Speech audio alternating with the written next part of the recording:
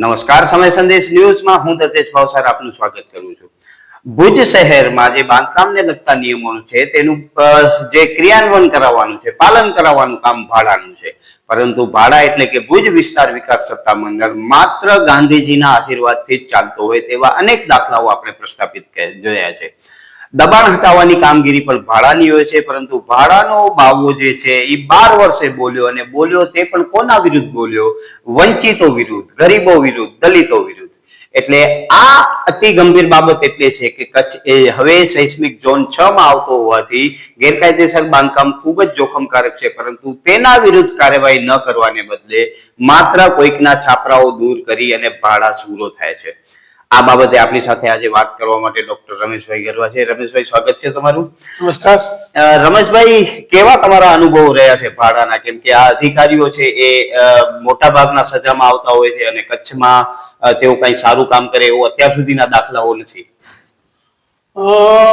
2001 ના વિનાશક ભૂકંપ પછી ભુજ શહેર, ખાસ કરીને કચ્છમાં ભુજ શહેર જે સિસ્મેટિક ઝોન 5 માં આવે છે ત્યારે હવે 6 થઈ ગયો. હવે 6 થઈ ગયો છે. 5 ઝોનને ધ્યાનમાં રાખી ને બાંધકામમાં ગુણવત્તા જળવાય અને નિયમોસર બાંધકામ થાય, ભવિષ્યમાં આવી હોનારતમાં જાનમાલને ઓછું નુકસાન થાય, એવા એક ઉમદા હેતુસર ભુજ એરિયા ડેવલપમેન્ટ ઓથોરિટી, ભાડા જેને આપણે કહીએ શોર્ટમાં, એવી રીતે કચ્છના અલગ અલગ શહેરોમાં રચના થઈ.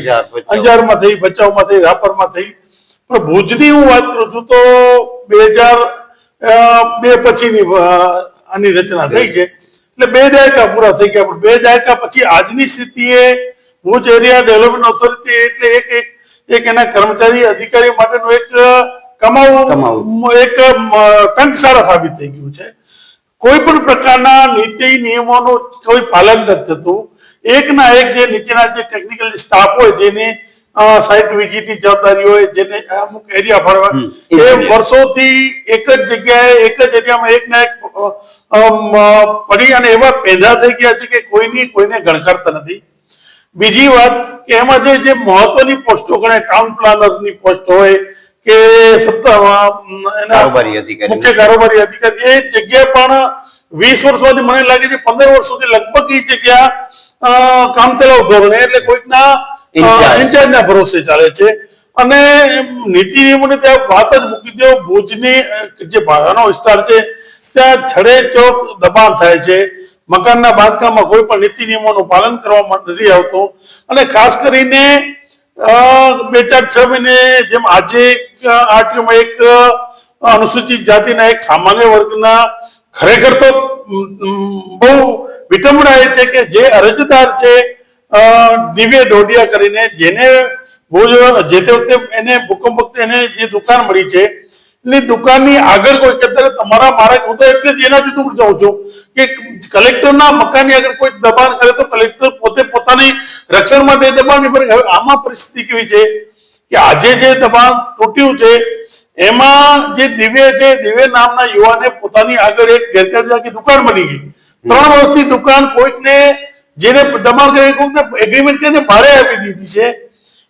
એ દુકાનની દબાણ હટાવવા માટે 3 વર્ષથી ઓલો ગરીબ માણસ સતત દોડાદોડ કરે છે, દલિત સમાજમાંથી આવે છે. તો એને વહીવટી તંત્ર એટલું નિર્ભર થઈ ગયું છે, એને કોઈ દાદ આપ્યો નહીં.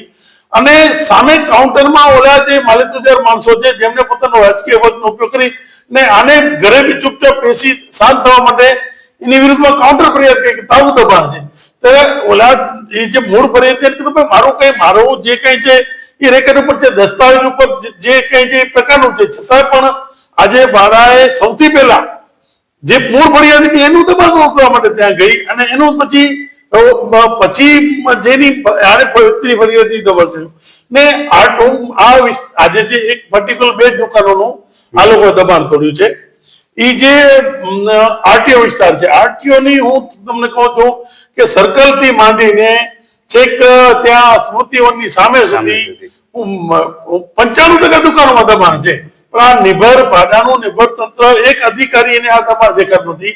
મેઇન રોડ ઉપર તમે મોટી મોટી ટ્રાવેલ્સની ઓફિસો છે, ખાણીપીણીની દુકાનો છે, એને આજે દબાણ તૂટ્યું એ તો અંદરના વિસ્તારમાં છે, નજીક કોઈને નતું. અને ઉપર વરસાદ અને તડકાથી રક્ષણ માટે ગેરેજનું કામ છે તો નીચે તડકામાં કામ કરતો ઉપર એક પતરાનો સેટ લગાવ્યો, એ ઉપર જે હતું એ તોડ્યું છે આજે. એટલે હું તો આમ એમ કહું છું કે ભાડાના જે અધિકારીઓ ને ઇવન આમાં ફરિયાદ કરનાર અને અધિકારીઓ પ્રેશર કરનારા ઉપર એટ્રોસિટીનો ગુનો દાખલ છે. એક દલિત સમાજના વ્યક્તિને તમે ધંધાથી વંચિત રાખવાનું ષડયંત્ર કર્યું છે. બિલકુલ. આજે એનો બધો સામાન, એની જે રેન્ટ હતી જેના ઉપર ગાડી વોશિંગ કરવાની, એ રેન્ટ આજે તોડી નાખી છે આ ભાડાના ભ્રષ્ટ અધિકારીઓ. જે એ એટલો બધો ભ્રષ્ટાચાર આચરે છે અનેકવિધ. અમારી પાસે એમનું એક આખું લિસ્ટ છે. ભુજ શહેરમાં, ભુજની અહીંયા માધાપરની અંદર, માધાપરમાં મેઇન રોડ ઉપર અત્યારે મોટી મોટી 4 બિલ્ડિંગો બની રહી છે.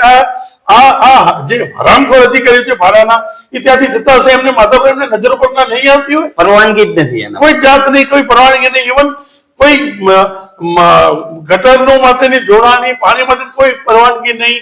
વીજળા, એમને વીજળા મળી જાય ત્યાં સુધી તંત્ર સૂતું છે. એટલે બહુ ખરાબ પરિસ્થિતિ છે. આ લોકો કોઈની એટલા બધા જાડી ચામડીના થઈ ગયા છે કે કોઈને ગણકારતા જ નથી. દર્શક મિત્રો, તમને કહી દઉં કે આજે છાપરો તૂટતો તમે જોઈ રહ્યા છો, એ વ્યક્તિએ, એટલે રમેશભાઈ જે વાત કરી એ ડોડિયાભાઈ છે, એમણે જયારે ભાડા પાસેથી પ્રોપર્ટી વેચાતી લીધેલી છે ત્યારે ઓલરેડી છાપરો લાગેલો હતો. એમણે ભાડા પાસેથી, કેમ કે દસ્તાવેજમાં એના ફોટોગ્રાફ્સ મૂકવાના પડે, જે ગોતી બનાવેલી હતી વાહન રિપેર કરવાની તે પણ બનેલી છે.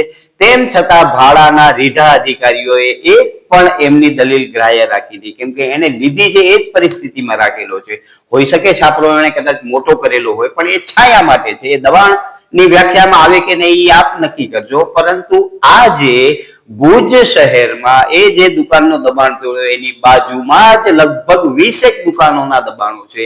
એક પણ દબાણો તોડવામાં આવ્યા નથી, જે મુખ્ય રસ્તા ઉપર છે. આ જે તોડે છે એ રસ્તાની અંદરની બાજુ છે, કોઈને નડતરરૂપ નથી. પરંતુ તેમ છતાં જેમ રમેશભાઈએ કીધું કે નકદ નારાયણનું રાજ ભાડામાં ચાલે છે. આ ગરીબ લોકોએ, આ દલિત લોકોએ ભાડાના અધિકારીઓને વહીવટો ન આપ્યા, એટલે એના માટે એમનું દબાણ તોડી નાખવામાં આવ્યું.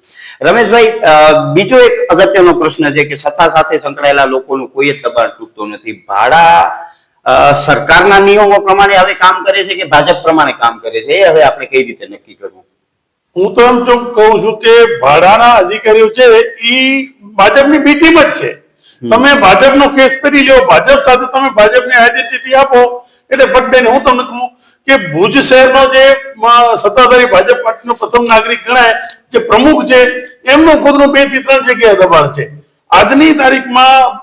ખરેખર તો હું એમ કહું છું, તમે સત્તાધારી, અને હું તો કહું છું તમે જેની વાહવાહી કરો છો એ આદરણીય નરેન્દ્રભાઈ મોદી કે ગુજરાતના ભાજપના શીર્ષ નેતાઓ પોતે જો આટલી બધી ઈમાનદારીની વાતો કરતા હોય તો ભુજ શહેરના પ્રમુખનું અહીંયા જગજાહેર બંને જગ્યાએ, મંગલમ 4 રસ્તા પાસે જગજાહેર દબાણ, ગેરરીતિ, એમાં પણ કોઈ નીતિ નિયમોનો પાલન, શોપિંગ મોલ બન્યો છે, એવો ને એવો કોમર્સ કોલેજ રોડ ઉપર બન્યું છે.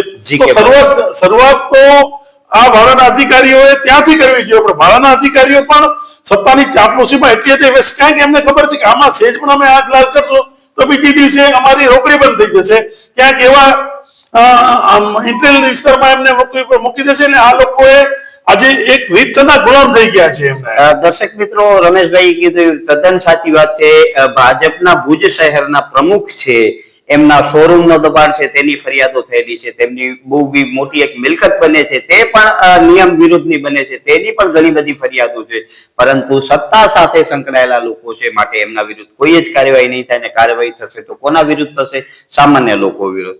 હવે રમેશભાઈ, આ જે દિવ્યભાઈ છે, ગિરીશભાઈ એમના પિતા, એમના નામની પ્રોપર્ટી છે, એ દલિત સમાજથી આવે છે. એક મોટા રૂપિયા અધિકારીઓ નથી આપી શકતા. શું એ કારણ છે કે આ અધિકારીઓ માત્ર એમનું જ આખા ભુજમાં લગભગ 3-4 લાખ પ્રોપર્ટીમાં માત્ર એમનું જ એક દબાણ દેખાયું?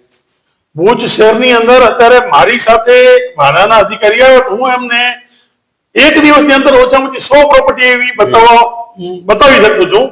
આમ તો હજારોની સંખ્યા, 100 તો એવી બતાવી શકું છું કે જ્યાં નિયમ, હું તો કોઈ ભુજ શહેરને મૂકી દઉં, જ્યાં આજે દબાણ તૂટ્યું છે એ આરટીઓ માં મારી સાથે આવે, એમની આજુબાજુ મેઇન રોડ ઉપર પટેલ થી માંડીને બધી એટલી બધી મોટી મોટી દુકાનો કરીને બેઠા છે, સ્વીટ વાળા છે ને બધા એ પ્રકારના. તો એમને કેમ નથી દેખાતું? હું તો એમ કહું અધિકારીઓ એ 40 ની બસમાં બેસીને અમદાવાદ જતા, એમને નહીં દેખાતું આ બધું. એટલે એક દલિત સમાજના વ્યક્તિ સાથે કિનાક, અને બીજી કિનાકોઈનું કારણ એ પણ છે કે એ વ્યક્તિએ એનું કોઈ રાજકીય વજૂદ નથી. એક પિતા પુત્ર સાથે મજૂરી કરે છે આખો દિવસ.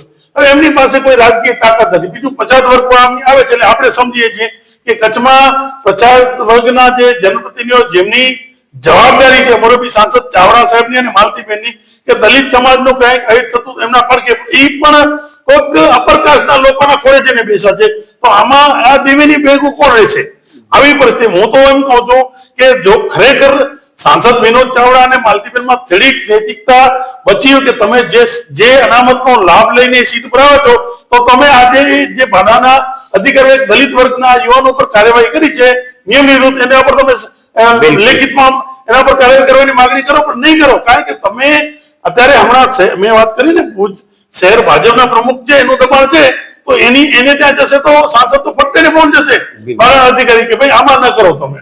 એટલે પરિસ્થિતિ એટલી બધી ખરાબ થઈ ગઈ. આ લોકોનું કોઈ ચૂંટાયેલા જનપ્રતિનિધિઓનું કોઈનું કઈ ઈમાન જ નથી રહ્યું. અને હું તો એટલું કચ્છ તો એક નોંધારો થઈ ગયું. કચ્છની અંદર જે દલિત સમાજ આમ જનરલી કેવું કે દરેક સમાજના પોતપોતાના સમાજના પ્રશ્નો તો એની સમાજના જનપ્રતિનિધિઓ એમાં આવતા હોય પણ આની કચ્છની અંદર તો દલિત સમાજ બિલકુલ નોંધારો થઈ ગયું છે.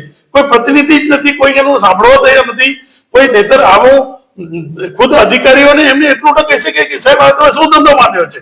તમને મને ભુજમાં બીજું તમારે નથી દેખાતું, શા માટે આ નાના માણસને તમે હેરાન કરો છો? રમેશભાઈ, અનામત સીટ છે, જે સમાજ છે સમાજને અધિકારો મળે એના માટે અનામત સીટ છે અને એના માટે ધારાસભ્ય સાંસદ ચૂંટાયેલા છે. જો એ એમનું કામ નથી કરતા તો અનામતનો કોઈ મતલબ નથી. તો પછી દલિત સમાજની સાથે કોણ આવશે? વર્ષોથી દલિત શોષિત સમાજ કચરાયેલો છે અને હતો તો બાબા સાહેબ આંબેડકરની દીર્ઘદ્રષ્ટિથી જે તે વખતે કે એમનો પ્રતિનિધિ હોય સમાજમાંથી દલિત સમાજમાંથી તો એમના લોકોનું હિત જળવાય. પણ અહીં તો ઊંધું થઈ ગયું છે કે દલિત સમાજ તો બધે અન્યની પાટાઈ કરવા માંડી ગયો છે. તો આમાં દલિતો કોની પાસે જશે?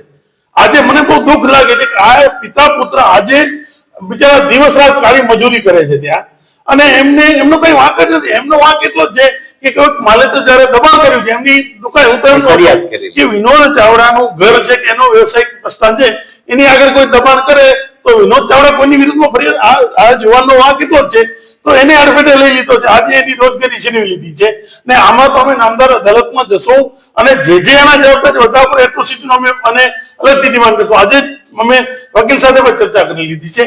તો હું એમ કહું છું કે માત્ર તમને આ દલિત સમાજના એક નાનકડા એક રોજગારીની એક દુકાનવાળો તમને ટાર્ગેટ કરો છો તો ભુજમાં અમે લિસ્ટ લઈને બેઠા છીએ જી અને ફરિયાદો કરી અને ઓલરેડી આમની ફરિયાદો 2-4 વર્ષથી સળંગ ચાલે છે, સળંગ ફોલોઅપ ચાલે છે રોજે રોજ. આજે પણ અમે કલેક્ટરને મળવા કલેક્ટર સાહેબ અત્યારે ગાંધીધામ સરકારી કામથી ગયા છે એમને મળવાના છે આ બાબતે. આવું શા માટે? બિલકુલ રમેશભાઈ, એની સાથે બીજા ઘણો આપણી પાસે લિસ્ટ છે જેમ કે આ કે પટેલ મલ્ટી સ્પેશિયાલિસ્ટ હોસ્પિટલ બની છે એનો ઉપરનો ત્રીજો માળ જ આખો ગેરકાયદેસર છે. બેઝમેન્ટમાં ઓફિસ છે, ઓપીડી ચલાવ્યો છે. હવે પ્રધાનમંત્રી જે બિલ્ડિંગનું ઉદ્ઘાટન કરે એ લોકોને તમામ નિયમો તોડવાની છૂટ અને માત્ર ગરીબો સામે કાર્યવાહી. તકલીફ જ આ છે કે ભાજપ સાથે જોડાયેલા લોકોને બધા નીતિ નિયમો નેવે મૂકવાની છૂટ, ભંગ કરવાની છૂટ. તમે ભુજની અંદર જેટલી મલ્ટી સ્ટોરેજ બિલ્ડિંગ છે તમામે જે નીચે પાર્કિંગ અમદાવાદ વડોદરા જેવા મોટા સિટીમાં જાઓ બેઝમેન્ટની અંદર ખરેખર પાર્કિંગ હોય. અહીંયા પાર્કિંગમાં એમની ઓફિસ કરી બેઠા છે, એમની લેબોરેટરી કરી બેઠા છે, એમના જીમખાના કરી બેઠા છે, એનું અલગ પોતે અને એમને કોઈ નીતિ નિયમ ન લાગતા. અને હું તો ખુદ એનાથી નફટાઈ તમે ભાડાની જુઓ કે આપણે એમની પછી આ લોકોની રજૂઆત કરવા જઈએ છીએ તો એમ કે છે કે એમને તો ઇમ્પેક્ટ વિના કાયદાની જોગવાઈ હેઠળ આ મંજૂર કરાવી લીધા છે મંજૂરના ડોક્યુમેન્ટ કોઈને આપવા નથી. તમે અને બીજું તમે કહો છો ઇમ્પેક્ટ ફીમાં પણ ભાડાના અધિકારીઓ એટલી બેફામ ભ્રષ્ટાચાર કર્યો છે. કોઈની જે અરજીઓ છે એની કોઈ સિનિયોરિટી નથી. જે રૂપિયા આપે એની ફાઇલ મંજૂર થાય છે. એની અંદર પણ મિસ્ટર ઠાકોર એને બહુ મોટું કરપ્શન કર્યું છે. અમે એન્ટી કરપ્શન બ્યુરો અને તકેદારી આયોગની વિરુદ્ધમાં ફરિયાદ પણ કરેલી છે. આ હું તો એમ કહું છું આટલો મોટો ભ્રષ્ટાચાર થતો સહીની ઓથોરિટી અધિકારીઓની છે ભાડાની તો એમને આ કઈ ધ્યાને નહીં આવતું. સામાન્ય માણસને ખબર પડતી હતો કે બધા એકબીજાની ભાગ પટ્ટાથી સૌનો સાથ સૌનો વિકાસ સૂત્રને અપનાવી લીધો છે.